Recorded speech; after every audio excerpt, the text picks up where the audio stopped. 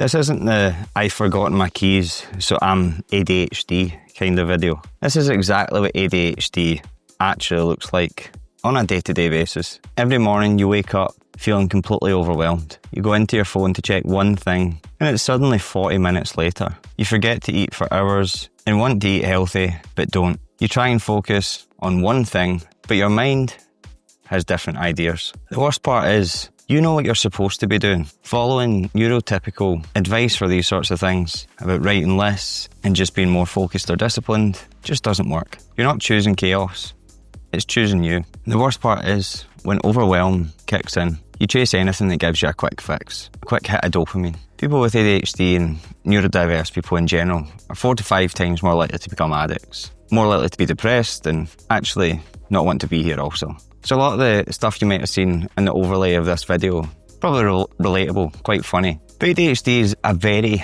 different thing to what it looks like externally between doom scrolling, snacking, Googling a random thing, because you suddenly want to know who actually invented the paperclip. All these open loops that it leaves in your brain might seem quirky, but in actual fact, they're very debilitating when it happens every day. I always use the analogy of stubbing your toe. Everyone stubs their toe. But imagine your daily life, you stubbing your toe every few minutes, every few hours, every day, forever. It becomes a lot more of a big deal than just a one-off toe stub or forgetting your keys. I only got diagnosed with ADHD a few years ago. And when I became a parent, that's when it became apparent. More so because that's when I started to really struggle to mask it a little bit more. Timing-wise, time blindness was so much harder. So when you hear people say, everyone's got ADHD, it's absolutely not true. So this video isn't about fixing it.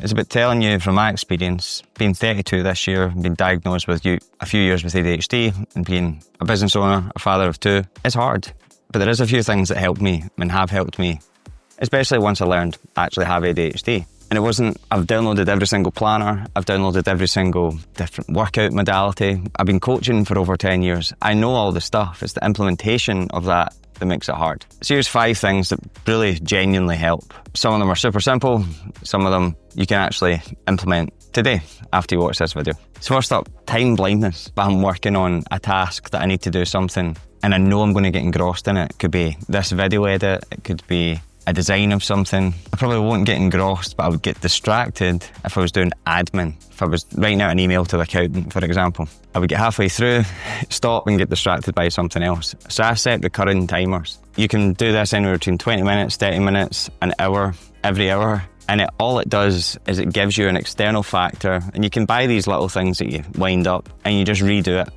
And it seems over the top, but honestly, it just realigns you as a reminder, should you be doing this task? Stop planning your week. I know that sounds daft, but stop it. It just doesn't work. It's so hard to even plan your day. The habits that you build up over time, and I talk about a lot of healthy habits and stuff on this channel, so if you're new and you have ADHD, consider subscribing. But looking at your day, when you start the day, as priorities and colour coding them, it's very easy. You know you need to do this task and maybe it's a little bit boring. So then this one seems more exciting and it's not important. And chances are you might want to start this one and get distracted by this one. And it seems like, where did it come from? No fault of your own. And it almost seems as if somebody else controlling you. But then that's where the rewards come in. We're very much people who deal really well with gamification and rewards and visual. So for me, working from a phone task and calendar and everything else doesn't really work. I like tactile and visual. So if I'm working in front of my desk, I'll get a post-it note and I'll stick it down. I have a maximum of 3 blue coloured post-it notes that are my 3 main tasks to get done that day. And I'll have different colours for other things that come into my head that I know are not important that day. And all this does is if I get my 3 post-it notes done, my blue ones, I scrunch them up and I know I've actually won the day. I'm always going to have these different open loops that are open all the time. It never ends.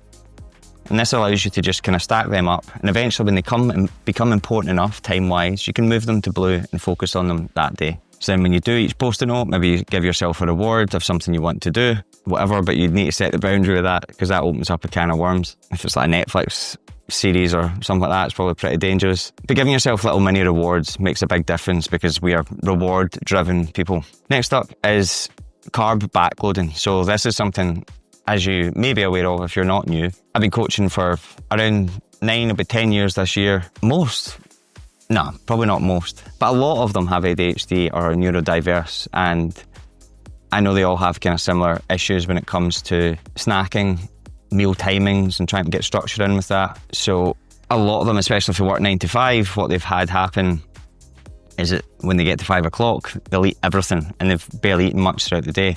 So they think they don't eat, but then they eat a load of rubbish. So instead of allowing yourself to snack throughout the day on stuff that's already rubbish, I utilise an approach called carb backloading, where you prioritise protein and fibre during the day. That could look super simple, like maybe your breakfast is fruit and yoghurt, then your lunch is fibre focused with chicken. It doesn't mean have no carbohydrates, you can have a wrap here and there, but try and prioritise protein, fibre, soups, fruit and protein being the main ingredients of your breakfast and lunch.